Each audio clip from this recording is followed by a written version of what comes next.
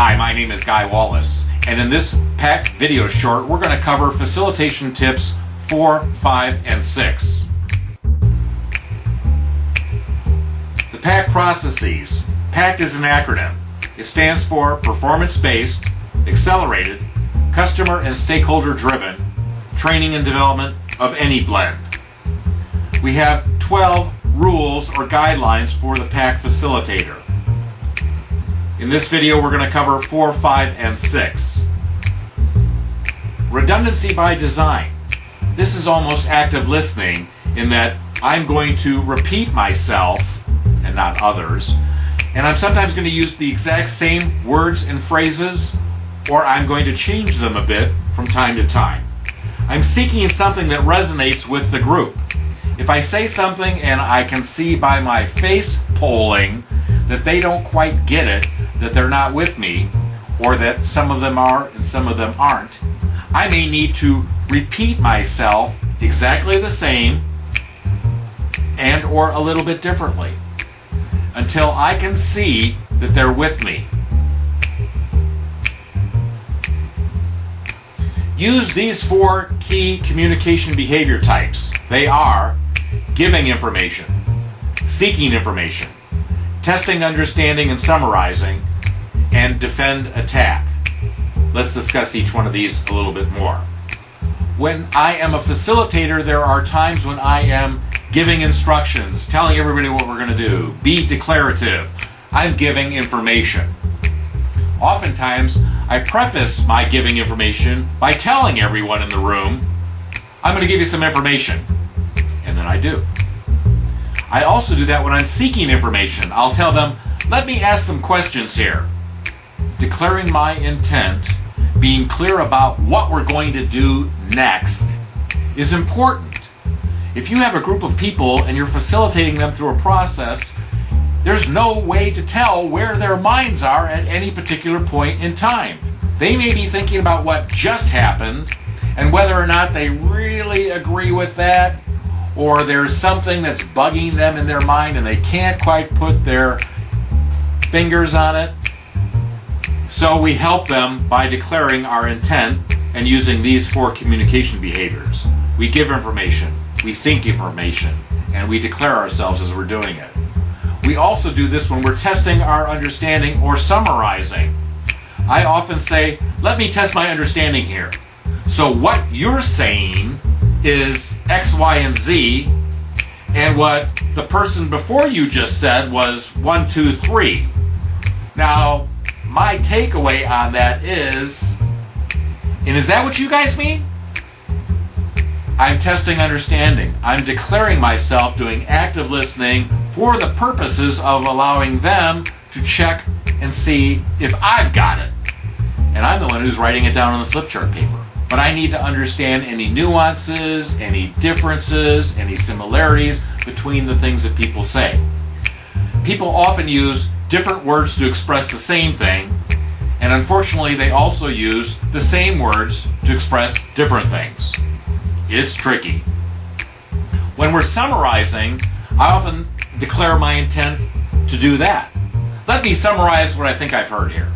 And it's less so of me testing my own understanding than to make a declarative summation of what has just transpired to see if everybody's on board.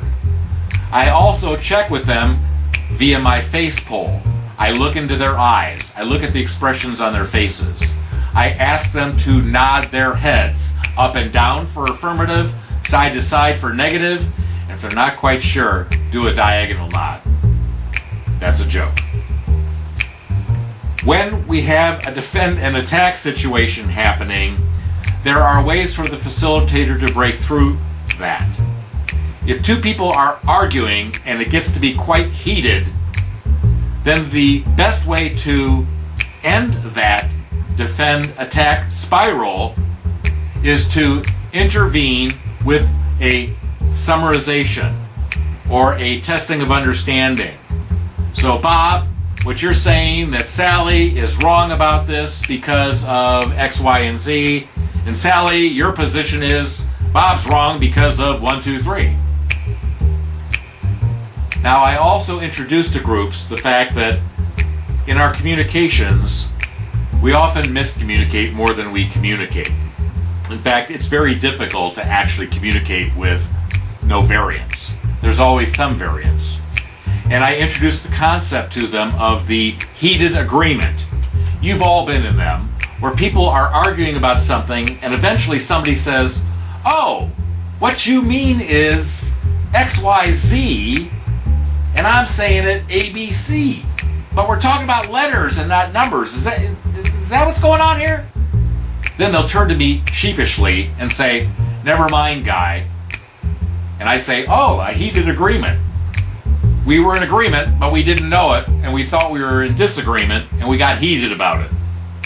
It happens. The facilitator needs to know how to process a group through those.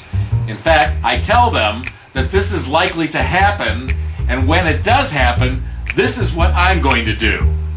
And then, as it happens, I do what I say I'm going to do. I do what I said I was going to do. And it makes it a lot easier for the group to come to consensus, to forgive each other when they might have had a heated agreement, and to not take things too seriously. Review and preview. I start each day, segment of our process, a lesson in a course, the next step with a review preview. What we've just done leads to what we're going to do, and this is how. So I start something up by making the connections, making the transition, how one thing leads to another.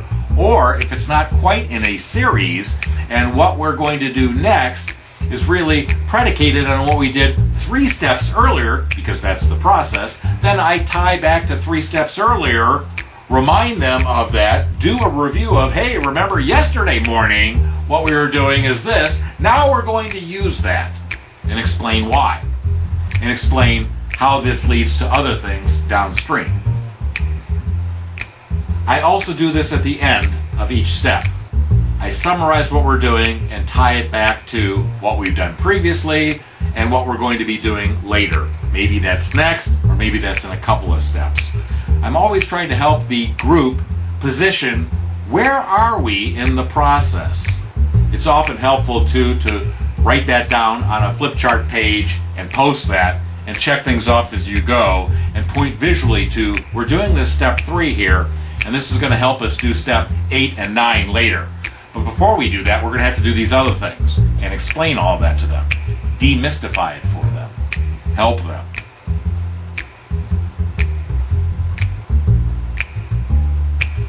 The 12 rules and guidelines for the PACT facilitator are intended to help you facilitate a group process.